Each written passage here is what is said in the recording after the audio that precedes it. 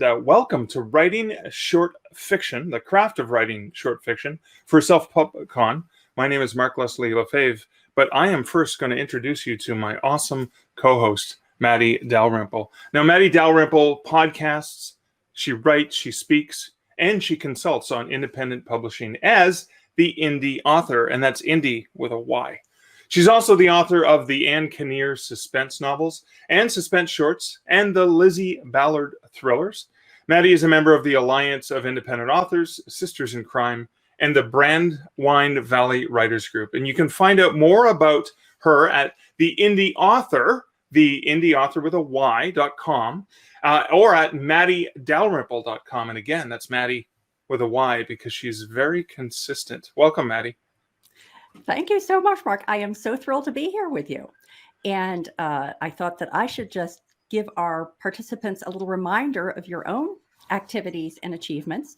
Mark Leslie Lefebvre has written numerous horror and short stories as Mark Leslie, and he has also acted as the curator and editor of horror anthologies. He writes, speaks, consults, and podcasts based on his more than a quarter of a century of experience in the writing, publishing, and bookselling worlds. He established the Kobo Writing Life author program and is the director of business development at Drafty Digital. And you can find out more about Mark at markleslie.ca. Thanks so much, Matty. So one of the things we wanted to do is because we're going to be getting into various topics about the craft of writing short fiction, but we wanted to first start with an example, especially because this is something we're going to use throughout our talk as specific points. Now, we thought it would be great because this is a craft seminar. We wanted to offer you a challenge that we're going to ask you to do at the end, but the challenge is going to be to write drabble. Matty, what is a drabble specifically? A drabble is a story that is exactly 100 words. Cool. Exactly 100 words. Now, we have a drabble assignment, and we'll tell you where you can share that at the end. But first, we thought it would only be fair if Matty and I did the drabble. So we're going to start off with this. So the assignment is that you have to write a 100-word, exactly 100 words for the story. That does not count the title. It does not count the by cool dude or dudette author, whatever that is. It's just the words in the story is 100 words. And we want you to use craft or crafty or some sort of combination or a variation of the word craft somewhere in that story. And so, Matty, you gave it a shot. What are you gonna treat us with today? Yeah, well, I thought it would be great to practice the craft, to dive right in with our own story. I did want to take the opportunity, because Orna said we could mention it once, that Mark and I wrote the Taking the Short Tack, Creating Income and Connecting to Readers Using Short Fiction. Oh, yes, of course. Yes. Why don't we pop the book up nice and prominently right here so everyone can see it and really, really bright? Much nicer. I completely forgot. We should mention that. This is an awesome book you should check out. Yeah, so Mark and I are used to talking about the business of short fiction, but when we were challenged by Orna to talk about the craft of short fiction, I wanted to have a very immediate experience. And so I thought that I would share my drabble now, because there are a couple of points during our conversation where I'm going to want to point to this either as an example of good practices, in some cases an example of practices that could be improved, and just in general how I might use this. So here is my drabble, exactly 100 words. She gazed past the railing, roughened by decades of exposure to the briny Atlantic air, past the small craft, tossing on the waves just offshore, and wondered dully where the leaden gray of the water met the steel gray of the sky. She shivered, crossed her arms, and stepped inside. She kept her eyes averted from the door through which her grandmother's stocking feet were visible, resting in the splayed V on the folded quilt at the end of the bed. Indoors was no warmer than out. They would never be able to determine the time of death. Would they? I love that. I think I know where you're going with this too, because I think it relates to something from one of your universes, but I know we'll get into that. We're going to get into that shortly. Can I ask, because you just read the story, you just read the 100 words, did you actually title this? Did you give it a title? I did. I called it Small Craft Warning. Excellent, excellent. Very on brand, very on theme with I know the book that it's related to, and potentially even a nautical theme that I know is part of the indie author brand. Very on Exactly. brand. Yeah, we'll talk a little bit about how the brand did and didn't play out. But I think it would be great to just dive right in, first of all, to a definition of what is short fiction. And Mark, you and I used the definition from the Science Fiction and Fantasy Writers of America um, definitions, which defined short story as up to 7,500 words, a novelette as 7,500 to 17,500, a novella as 17,500 to 40,000, and a novel being anything over 40,000. So that's Science Fiction and Fantasy Writers of America. Mark, what other definitions do you apply when you're thinking about short fiction? I tend to go with the SFWA prescription for short fiction only because I do write a lot of speculative fiction. So that's often been my go-to for short fiction, and it tends to be even I've seen it referenced outside of the science fiction and fantasy community as well. So that's typically what I go with. I love to say, and this is something I said probably from the time I started working at Kobo, is that the beautiful thing about the world we live in is an ebook does not have to be 300 pages bound between two pieces of cloth. That an ebook can be longer, it can be shorter. I'm even reading a book right now by John B. Thompson called Book Wars, which is more about the traditional side of the effect of digital on publishing. It's a gigantic, very small print, 500-page academic tome, and it is interesting that they talk about something that fascinated me early in the ebook revolution. So we're talking about 2009 through 2012. Is the advent of long form journalism or short. So when you were talking specifically about short fiction for this webinar, but I do know that it pertains potentially for nonfiction. The idea of short, where you write an article that's maybe 500 or 1,000 words that's getting printed in a magazine or newspaper, but the original version might have been 6,000 words. And I bet you, Matty, we'll probably get to the fact that your 100-word story was probably not only 100 words. That took a little bit of crafting. So that's Yes. interesting when you think about the shorter works and how they can apply in a digital environment in a much more significant way. Yeah, and I think that the SFWA definition doesn't even delve into the detail of, obviously, they don't mention drabbles in that definition or nanofiction or microfiction. So there are lots and lots of forms of short fiction, and we're going to be touching on the craft aspects of all of those. And I think another question that I get a lot is, what determines when an idea is going to turn into a short story versus when it's going to turn into a novel-length work? Mark, do you face that? Yeah. I sometimes don't know when I first sit down if something is going to be a short or a short or a regular short story or a novella length. There were times, for example, where I thought I was going to write a short story, which would probably be somewhere in the 5,000 to 10,000 realm, which I think of as a typical short story. And I know it's novelette at 7,500 words or more, but I tend to kind of play loosey-goosey with some of the definitions when I'm thinking about them. And sometimes I end up writing something different. I know one of my novels actually was first a short story. I know we're going to talk about that a little bit later on, but that was because I had an idea and I started to work on it, and it was actually reader feedback that actually suggested that there was more to it than I was playing with, that there was more to this universe that they were interested in. And so I think the beautiful thing about short fiction is that we have these brilliant ideas as writers. So we throw away probably more ideas just before breakfast than the average person would get. That's part of being a writer is deciding what you're going to use. The second thing, I think, is deciding how this idea is going to play. Is it going to be a scene? Is it going to be something in an existing longer book-length work? Is it going to be a self-contained story? Is it going to be a spin-off story from a longer work? Is it going to just be something you end up putting on the back burner and maybe using one day? Some of these things for me have become short stories. Some of them have become elements in longer stories. Some of them have been really short stories derived from a piece from a longer short story. Because again, the flexibility when you're talking short fiction, there's no bounds. You can experiment, you can play. It's very malleable. What about you, Matty? What are your thoughts on how do you decide if you're going to write short fiction or not?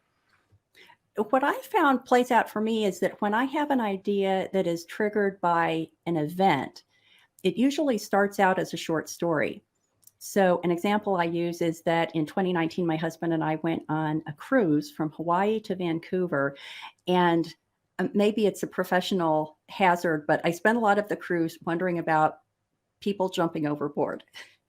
And so it was just an event that I wanted to write something about, but it was not at the time, at least, and even still, something that encompassed larger themes. It was just what would happen if in the case of this event. Whereas with the novels, a lot of time, the idea starts out more as a thematic idea, and I work toward the events. Whereas in the short story, I'm starting with the event and working toward the thematic aspects. But as you say, it would be very easy to dive into an event and then say, oh, you know what, there's a lot more here than I can cover in 7,500 or 10,000 or 30,000 words. I want to pursue a novel length work on this. So yeah, I'm not sure you need to know when you go into it how long it's going to be. Kind of see where it takes you. So it almost sounds like, does that mean that it can involve less outlining and more of the, I don't want to call it pantsing, I want to call it discovery writing. Is it more of a discovery writing process at times?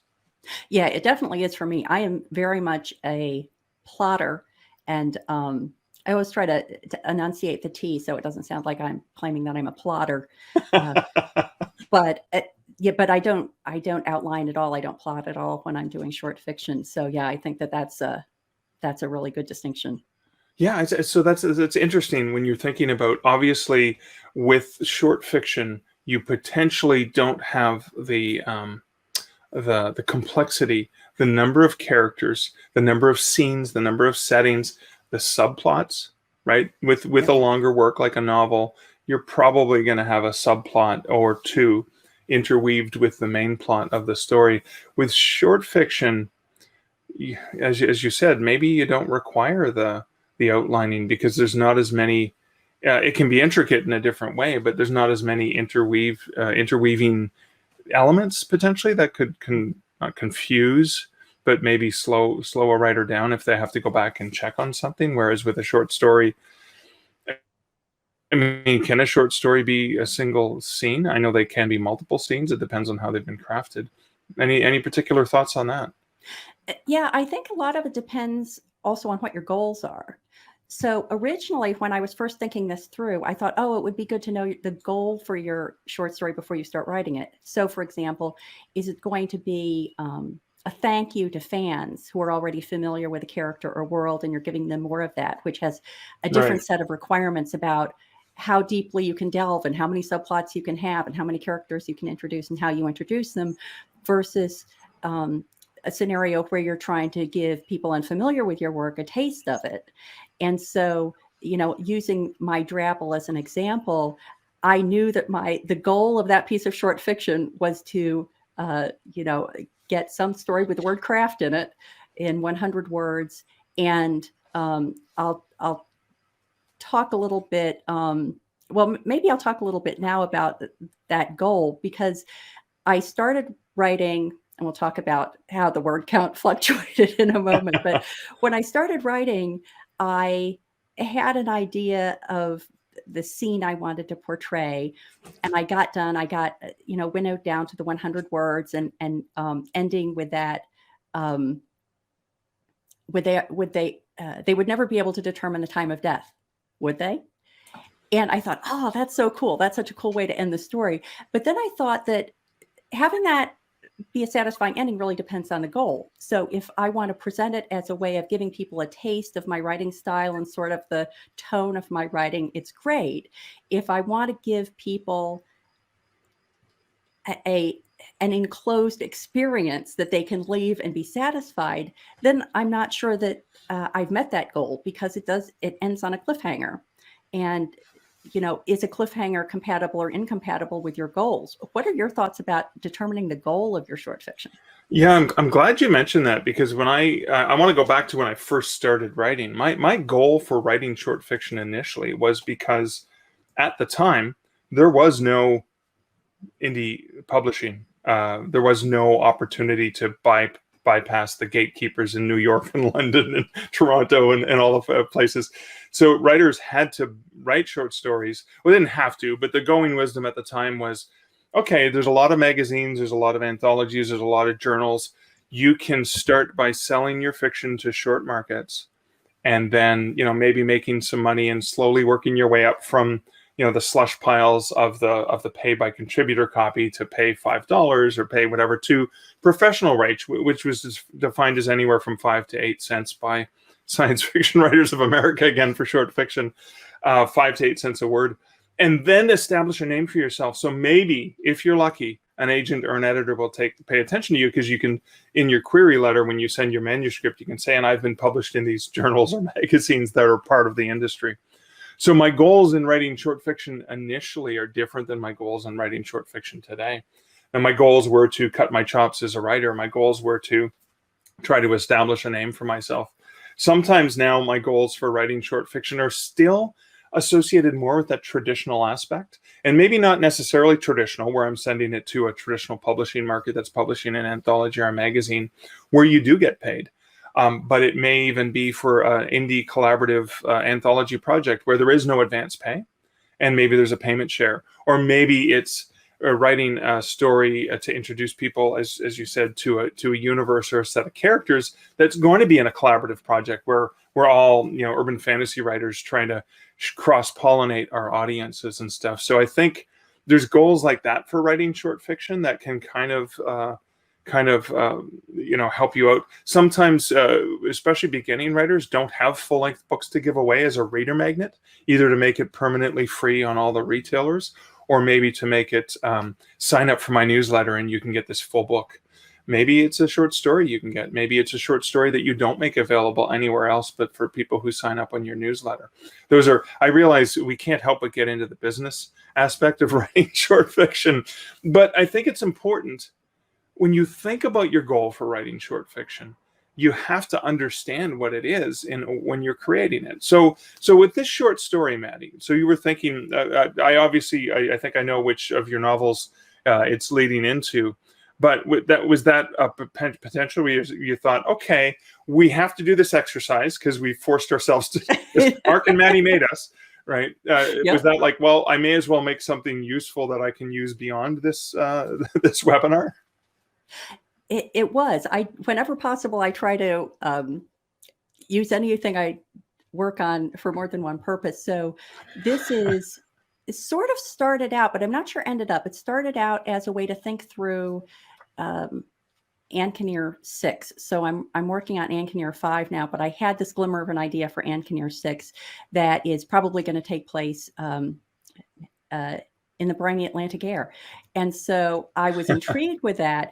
And actually, part of what I hope to accomplish, in addition to fulfilling the Matty Mark assignment, is that I was starting to get distracted by this idea for Ankeneer 6 when I really needed to pay attention to Ankeneer 5. And so I think a great craft use of short fiction, and this could work either way, so it could backfire, but if you can get something down on paper in a short story, sometimes you can kind of go, and then set it aside. I mean, the risk is that you get so involved in it that you keep focusing on it. But I wanted to use the opportunity to say, I want to get this down on paper, and maybe it will scratch an itch that I'm having for Ankeneer 6 so that I can focus on 5.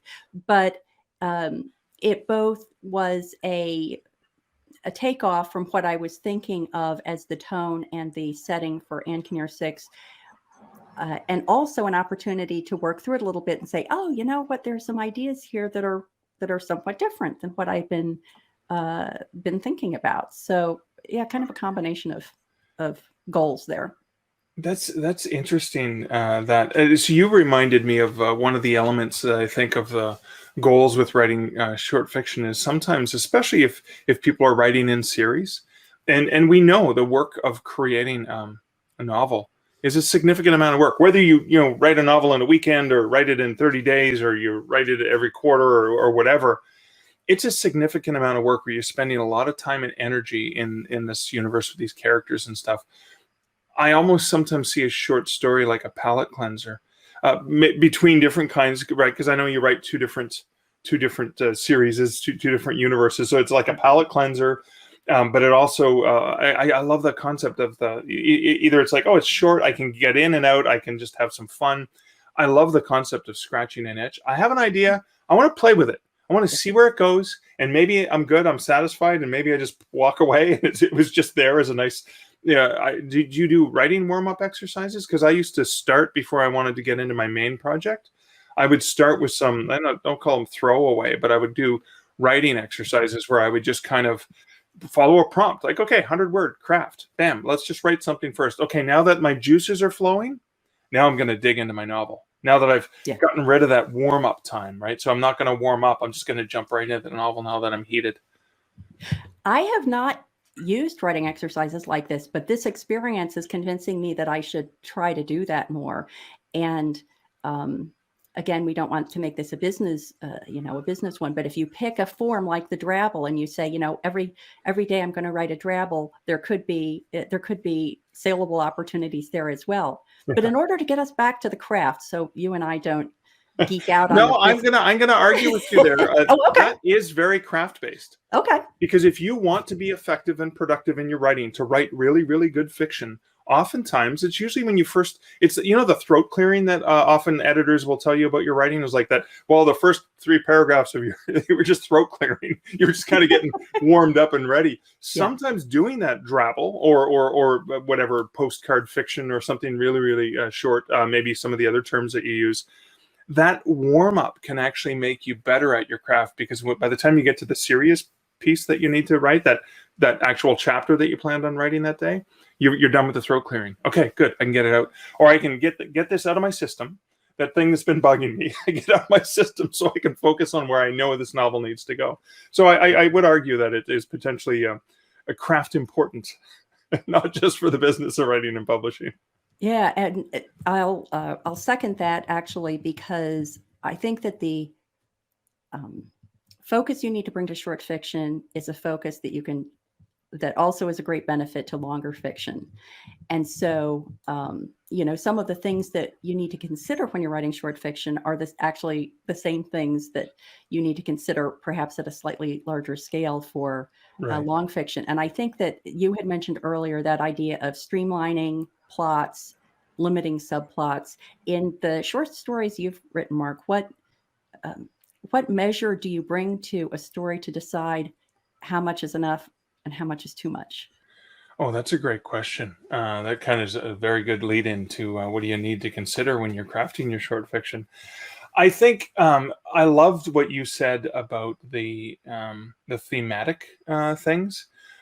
Although oftentimes for me, a short story is a moment or a scene or a question. It used to always be a what if, well, what if? And then I could write that. And sometimes those become bigger elements. But oftentimes, and I'll get into this when I share my drabble, I just wanted to explore a theme. I wanted to explore something that I was thinking about, and I wanted to express in a dark humor, horror sort of way, which also is related to sharing a little bit about the style of my writing, especially my short fiction, which tends to be a lot more dark humor, stuff like that. But I think some of the elements you talked about streamlining and plot is, there are going to be multiple elements. So sometimes when you're crafting short fiction, you may try to jam, especially if you're a novel writer, you may end up jamming too many elements into it, and you may realize that maybe, and this is another thing when you think about the craft, is maybe this is a connection, a series of connected short stories, which is an art form. It's a very Canadian thing, by the way. There are a lot of Alice Munro and authors like that. I grew up reading from the Canadian literary icons, where it was a book, so it was 300 pages, but it was a bunch of connected short stories, all in the same town or same universe, featuring the same characters that cross-populated. So Stephen Leacock, Canadian humorist, is an example. Sunshine Sketches of a Little Town is not a novel; it's sketches, it's short stories. So that's something that could happen. You may think you're writing short fiction, but maybe you're writing multiple pieces of short fiction. So you have the opportunity to explore the subplot that you had to pull from a story, and you put it in another story that's connected. That's, again, In my experience, writing begets writing. And the more writing I do, the better I am at it. So I think that's a really important element of what short fiction can do for me. But I'm getting off track again. Matty, what are your thoughts on some of the things to consider when you're crafting a short story? Well, I think one of the keys is the idea of you really have to limit the plot that you're trying to take on. And even in my drabble, I realized that I'm like 80% happy with my drabble, but I realized that I was using a lot of words to describe the grandmother's feet being visible through the bedroom door.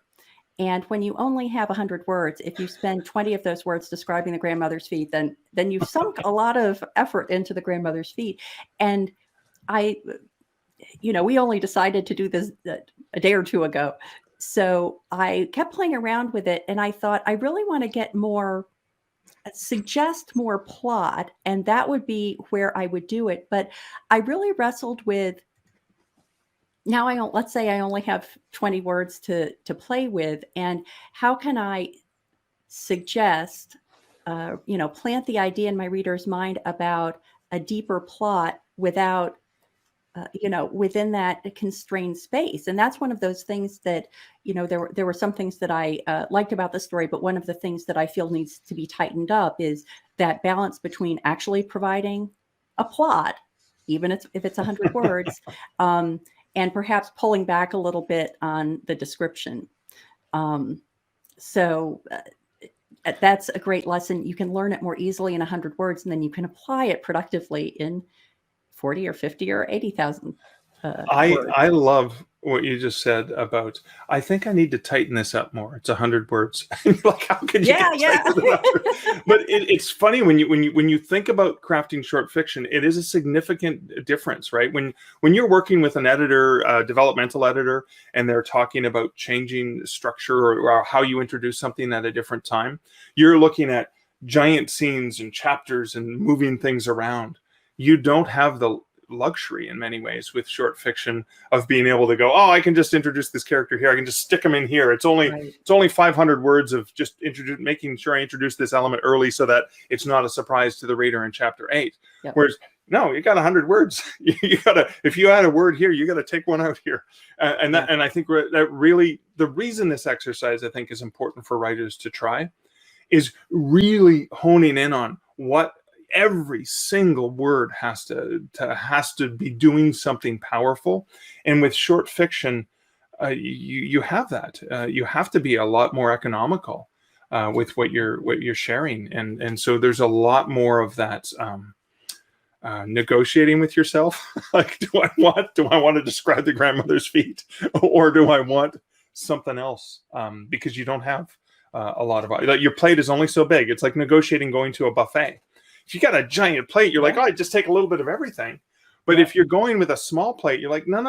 The food's all going to be touching one another. So that's a consideration. And again, this does relate back to fiction because of the way that in a novel you can have, and this is sort of a question I wanted to ask you about, how many points of view could you have? How many different things can you have on that little plate in a short story as opposed to a novel? Yeah, I think that's one of those things that it's going to be a different answer for a drabble than for nanofiction than for a novella. But I think in general, and I actually apply this to my novels as well as to short fiction, that for me, the more condensed, the better. I like it, if I get done with a draft of a novel or a short story or whatever it is, and I'm reading through it for the second or third or fourth or fifth time, however many further passes I do, I always look for opportunities to combine elements to achieve the same effect. So that if I have a character who's a bartender, and then I have a character who's the mailman, and they're both there in order to enable the protagonist to do a certain thing, I always look for opportunities to maybe combine those into one character who can achieve the same. And I don't know that that works for everybody, but most of my stories are a very tight focus on a relatively small group of characters. I don't have these large, cast of thousands kind of books. And so practicing that in a short story is, again, great, great practice for applying that in a larger way. And what you were saying similarly for word choice is the same. So that a couple of examples from my Drabble, the decades of exposure to the briny Atlantic air is however many words that is, 8 or something. And I like that because I'm establishing the setting in a very quick way. I think every reader would immediately have a sense of what that is. And every reader's visualization might not be exactly the same, but I think that that's okay. And the small craft tossing on the waters just offshore not only gets in the word craft, which is a requirement for our assignment, but also reinforces the story's mood. So just as you're saying, when you're swapping out words, the shorter the fiction, the more rigorous an exercise that was. And another thing that I went back and forth about is I have a phrase that is, she wondered where the leaden gray of the water met the steel gray of the sky. And I thought, well, I could make that shorter if I said where the water's leaden gray met the sky's steel gray. But then when I read it, it didn't have that nice sound. So I thought, okay, in order to have the nice rhythm, I'm going to invest those extra 2 or 3 or 4 words. And that made it very poetic, because one of the things that I think when you're crafting short fiction or poetry is it's a lot of image. Right, you're painting a picture, you're painting a moment, and maybe you're using broad strokes to capture a lot of things in a few words, or you're getting into, in some cases, you're like, no, here's where I'm going to put some fine detail, because that really solidifies the setting in a beautiful way. So I think what you also did there is you also illustrated to potential readers like, oh, I like her writing, I want more. Right. Yeah, that's another back to our idea of the goal. If my goal is to entice people to read more of my books, then I think it's okay, because it's giving them that flavor of it, although perhaps not in a fully encapsulated story. I'll just throw out another tip I've heard in terms of the structure and the importance of streamlining is the idea, if you're writing something slightly longer than 100 words and you get done, try cutting off the first little bit and the end. Try starting it later and ending earlier and seeing if that creates a tighter plot without losing any of the effect that you're looking for. Do you apply tips like that, Mark, when you're working on, second and on drafts of tightening things up?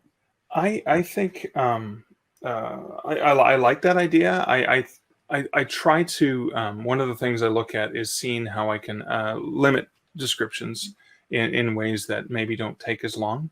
And the way you did it, yeah, you just used a few words. Again, that's because it's a 100-word story. But sometimes in a novel, you can really take some time to set the scene.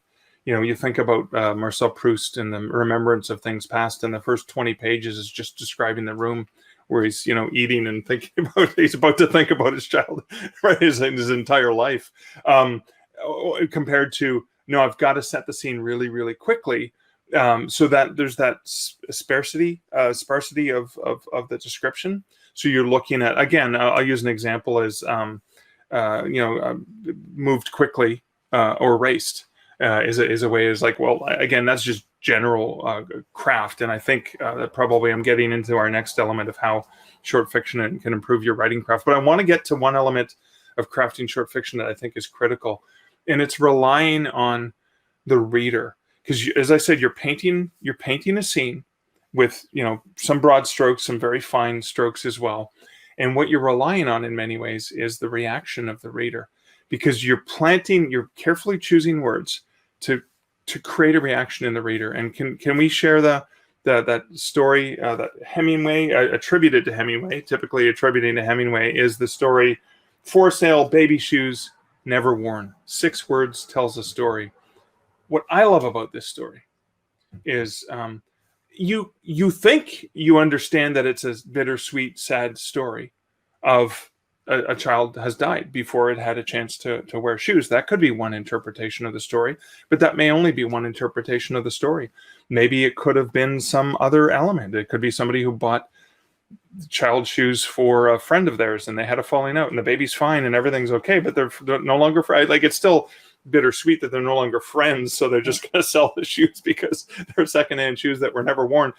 But what this does is, I think it paints the idea that I don't need to tell you all the details. I just need to tell you the details to paint a picture in your mind and to rely on your imagination, which I think short stories can do really, really well. So you can have, is it possible you can have more open, you did have an open ending, right, with your short fiction. I was like, you asked a question, right? Which kind of leads to more wondering, hopefully enticing people to want to know what, would they? Yeah, exactly. I like stories like that. And I think that if you're thinking about adjusting your craft to meet the preferences of the reader base that you're looking to serve, then getting that kind of input is important. So the idea of letting the reader fill in the blanks, I think, is liberating for some authors and frightening for other authors. So if I feel very strongly that this has to be a New England, the family cabin on the shore of, right down the street from the lighthouse, and I want to convey that, then I've used up a lot more than 4 or 5 words to do that.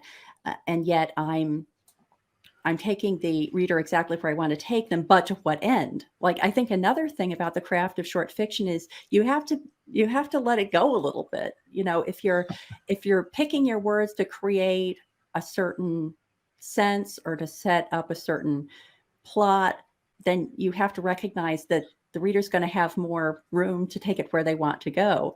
Is that something in your stories, Mark, that you've weighed how much you put against how much you want the reader to make it their own? Yeah, I'm a big fan of open endings, where you can use the reader uses their imagination.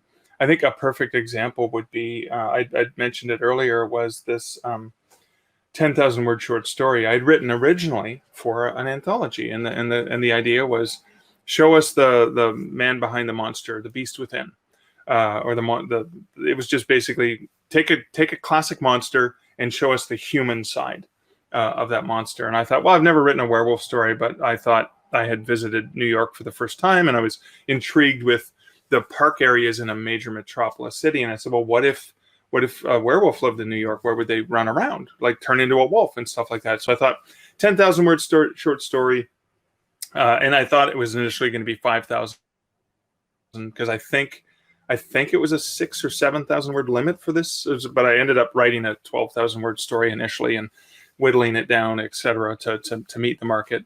And it was asking that what if question. And what happened is, in the story, all you get to is, you don't really find out what happens next. It's just left to the reader's imagination that everything's going to be okay, or that this is just a typical day in the life of this poor guy, and he wakes up naked in Battery Park with a bullet hole in his leg and the taste of human blood in his mouth. And how's he going to get to his morning appointment? Like, how is he going to find clothes? Right? That the whole like that is resolved, but you never wonder what else. Like, how did he get in? It doesn't matter, because that's like every day for this poor guy.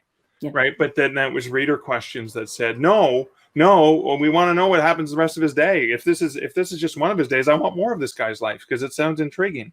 And that led to a series of books, obviously a full-length novel. And so I think there's I think the power of the reader's imagination is really, really strong, because you can use short fiction to explore, scratch an itch, like you said. I want to see what I can do with this. But potentially it scratches a different itch in a reader who may want more of that thing, and that may tell you and may provide you with some feedback if you're on the right track. Maybe the questions they ask you based on the open-ended thing that you left with can lead to somewhere that you didn't even realize.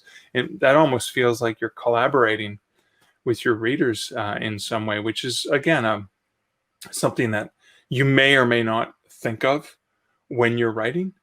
You may not think about what those reactions have been in the past, or what they might be, depending on where you are in your writer journey, like if you're getting feedback from readers and stuff like that. So I think that's something to consider. You had another example of like longer fiction? Well, the other example that I always think is very interesting is Brokeback Mountain.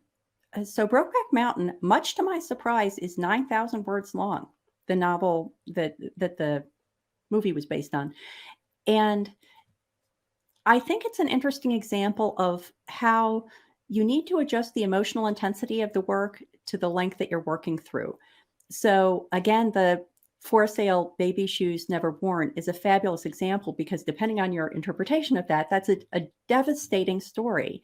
And you can read it over and over again in a small amount of time. And so I think my own experience is probably common. You read that and you think, whoa, like what just happened? And then you go back and you read it and you read it again and you sort of bask in the brilliance of that extraordinarily well crafted and very emotionally intense story.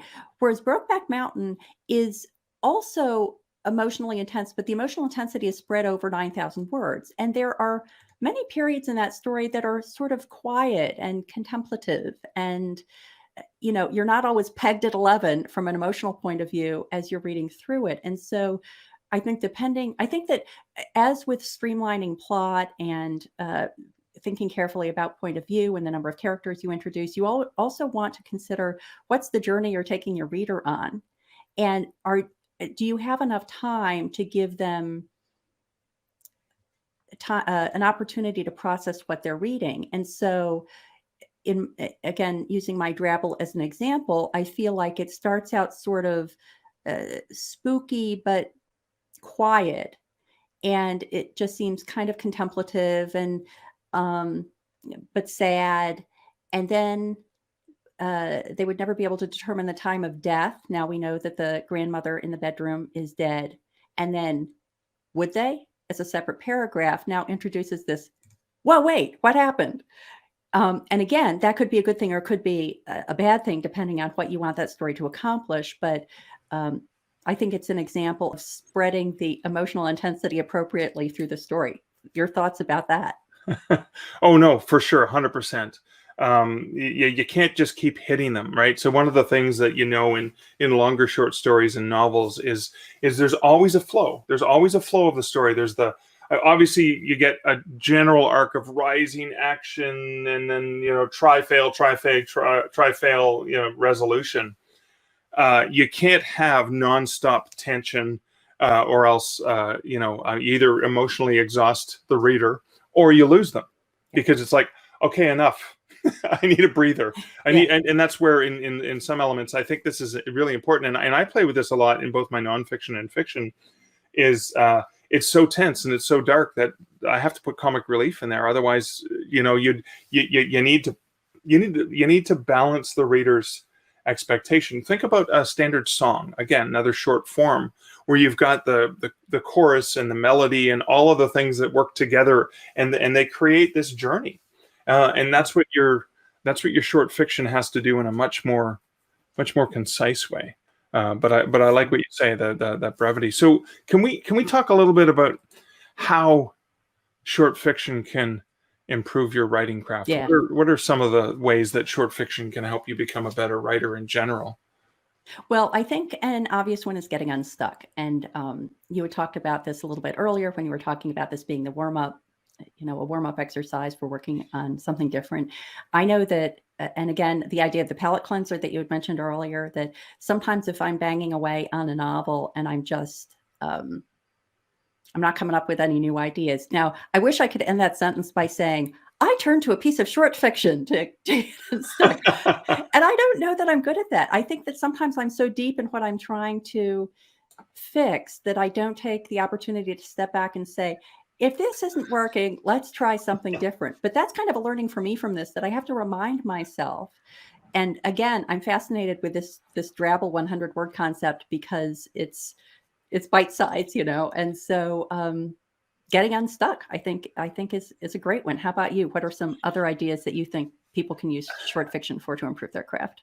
Yeah, one of the things I love about short fiction is it really provides you an opportunity to experiment, because the experimentation is short, and it's not, oh, if you're somebody who takes a year to write a novel, or 2 years, or whatever, right? It could be 6 months, it could be a weekend, it could be 30 days, whatever. But short fictions typically takes less time. So you can experiment a lot more. You can try styles. You can try genres, feelings, emotions that you maybe haven't done before. And it's a way to test it out to see if it's something you like and enjoy. Is this the kind of thing I enjoy? The other thing I love about short fiction is there's this, in longer fiction, like Hollywood movies, let's say, particularly with certain genres, romance, they have to get together at the end. We know, right? There's certain things that are delivered, and every genre has their own tropes and their own things, and one of them has to be a happy ending, or Yep. in many ways, because the reader has invested 6 to 8 to 12 hours in this universe and these characters. Oh boy, the good guys better win. Yeah. But in short fiction, all bets are off, baby, because hey, Yeah. all the good guys can die in the end, or whatever. Like the bad guys can prevail, and there are long form stories where that happens. But it's more often the case where somebody's going to invest that much time and energy as a reader.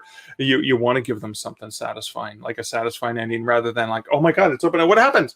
What? Right. You're leaving it to me to decide, or what? Yeah. This happened. So that I think that can help you as a writer, because you can take risks and take challenges as a writer that you may never take writing long fiction. And taking those risks and trying those new things can make you a better writer in your writing in general. Yep. Yeah, I think that another obvious way that short fiction can help you in your craft is practicing brevity. And there's that famous quote from Blaise Pascal that I would have written a shorter letter, but I did not have the time. And it is true. I spent, if I spent as much time on each word in my novels as I did on the 100 words in my drabble, I would be publishing like a book every decade. But I think that one thing that's fun about short fiction is that I think most people, if they were reading a 100-word story, would not just read it once. They would read it more than once. And as I was writing it, some of the phrases I used, like she crossed her arms, which I put in because it sort of suggests protecting herself from the outside world, not only the temperatures, but just, forming a barrier. That phrase about where the leaden gray of the water met the steel gray of the sky suggests like a theme of unclear boundaries. And I love putting that in writing, but when I do that in my novels, I think nobody's going to appreciate this except me. Whereas I think if you use that kind of intentionality in a short story, I think you're more likely to have a readership that's going to go, oh yeah, I see what she was doing there, which is quite fun. That's cool. I wanna add the other benefit for your writing craft of short fiction is the sense of completion you get. Right. So when you're oftentimes it's hard. You get to the mid novel slump. Midway slump is sometimes, and that can be frustrating and challenging, emotionally draining. The satisfaction of finishing, even if the story arc is significantly smaller, you have the satisfaction of actually completing something. You get to see beginning, middle, and end in a very solid, satisfying way, which can help you with the bigger beginning, middle, and end, especially if you're new and you haven't done that and you're frustrated. So again, like palate cleanser, getting unstuck, but then even the benefit, I think, of getting to the end allows you to understand, because again, the more we understand story structure in general, because it seems intuitive in many ways. It's difficult to explain, but having completed it many times, we get you better at going, oh yeah, well, this doesn't end, or it doesn't end on purpose because I'm playing with you. Right. So. Yeah, that whole example, when I thought about that, what it brings to mind is many years ago when I was taking flying lessons, there were times when you would do the equivalent of writing a novel. So you take off, you'd be on a cross-country flight. Had been, actually, I'm loving this almost as much as I love my nautical metaphors, but you do the flight planning, you decide where you were going to go, how you were going to get there, the route you were going to take, how much fuel you were going to use, all of which I can think of as having writer equivalents.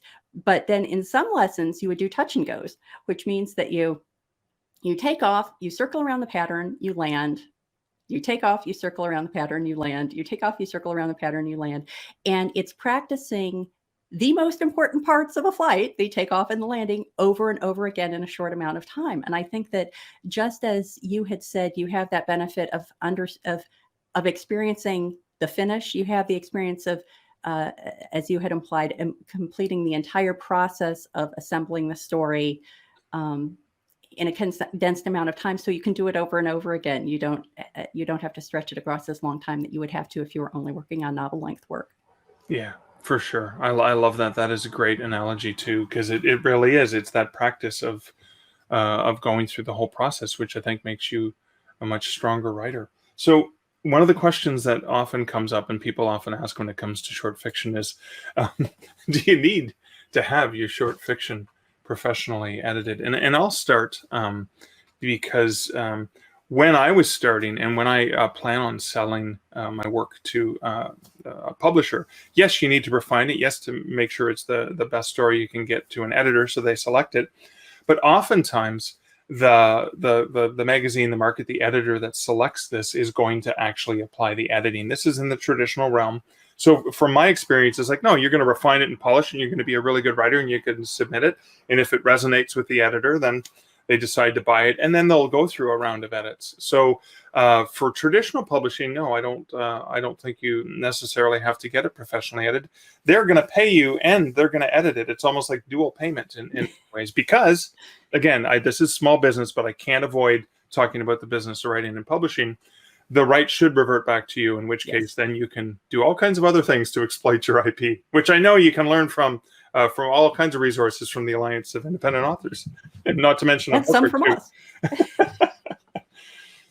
Yeah, I would say that for me, because I am indie publishing my short stories as largely as standalone ebooks, I've also contributed some to anthologies or submitted some to anthologies. It's been a variety, but my main outlet is indie published as standalones. And in that case, I do need to get it professionally published, professionally edited, because no matter how many times I read it, I'm always reading it with the author's eyes, and you really need an impartial third party. And I think that the nuance here is that because the work is shorter, the shorter it is, the more options you have. Because if you belong, for example, to a writer's group, or you have beta readers, or you have faithful followers of your work who you know are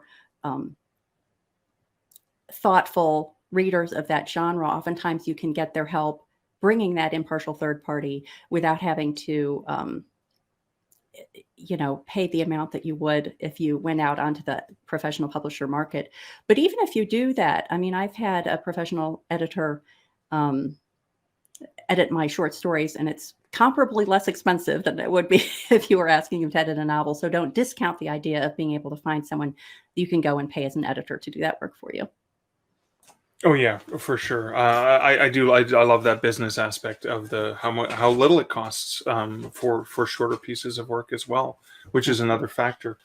We're now at the part where we've talked through some of the things, and we did allude to the fact that we wanted to provide this exercise for you. So this is the exercise is this is a homework assignment, and I think this would be important if you're considering short fiction to give this a shot, and we want to help you with this. So. This is a restrictive story. This is you're going to write short fiction, exactly 100 words, and you have to use the word craft or some derivative of the word craft somewhere in your story or title, and that is it. That's the only restriction. And we've created a form. It's at bit.ly/Drabble Story, where you can submit this. What we will do is we will read through all of the submissions after probably about a 30-day period after the window of this course. So you can submit those, and we'll just send you some feedback on that. Now, I'd be curious to see what your experience is. There's a place to leave comments in the form, but then we'll provide some feedback on that. That being said, I'm going to share my Drabble story that maybe it'll inspire you. You've seen Matty's story, and now you're gonna hear mine. So this is called Craft Splaining by Mark Leslie. What crafting are you planning? Sam stared incredulously at the man in the orange Handy Depot apron. I don't craft, I build. Oh, He glanced at the items in her shopping cart: boards, plastic, cement, and nails. These, he picked up a box of hot-dipped galvanized framing nails, are for a nail gun. She glared at him with the same look she'd given her husband before placing the nail gun to his forehead. Now she had the extra work of dealing with his disposal while finishing the wall. But she'd get far more done without his constant, condescending mansplaining. So, That's fantastic. dark humor right there. As you can tell, I'm a horror writer. That was, thematically wise, I was thinking about the annoying tendency of men to do this. And also several experiences that my partner Liz has had when going to Home Depot or places, because she is the construction queen in our home, and she's the one who could build a house, whereas I could barely, cut a 2x4. And so oftentimes that she actually had someone say that to her. So when you gave the prompt, when we were talking about, we'll put craft in it, right? Because the craft of writing. And I thought, well, oh my God, I always joke with her saying, because she was picking stuff up and she's like, oh, you're doing some crafting today? She's like, no, I'm actually rebuilding the kitchen. And she's just so annoyed at the condescension of the people assuming all of those things. And then even, she owns a nail gun, which she just loves, and I'm terrified to use. But I played with that because I spent a lot of time when I first wrote the story. It was a lot longer because there was a lot more emotion, and I built up the fact that she was like, "Oh no, not another one, not another! Oh my God, like I can't." And I know this is something that women experience a lot. As like, "Oh God, not another condescending man doing this thing." And again, so I wanted to play on the humor, but then I had to really wrap it up and go, how are we going to kind of illustrate that she's going to hide the body in cement behind the wall? So, like, I didn't, I wanted to have lime and stuff like that too, but no, she's going to get that from a different store. So, so there's a lot of things that leave it to the reader's imagination. So that was my craftsplaining. So I think that you picked the right things not to leave to the reader's imagination, though, because there was the comment about the dipped nail. I can't remember the exact phrase, but you were very, very specific about the type of nail. And I think, wasn't there something about dipped? It was. Yeah, this was the dipped, the hot dipped galvanized framing nails. Yes, and there's actually another word in there, but I cut it. And I did that to illustrate, because it's told through her point of view. She knows exactly what these things are. Exactly. Yeah, right? that's of course a great she knows. Detail. Yeah. Yeah. Like he's going to explain, oh, this isn't with a hammer. You need a nail gun. It's like, yeah, I know exactly. And then again, the original version had her imagining, like, the placing the nail gun on his forehead like she had with her husband. So again, I had to cut that out. Yeah. Whereas, maybe this becomes like a 1,000-word story. And I think that's another illustration, is you can take this drabble and maybe expand upon it. Because I've done that with short fiction, where I've taken elements from stories and made them shorter stories or made them longer stories. And that's, I think, the beauty with short fiction is the sky's the limit, right? Your imagination is the limit.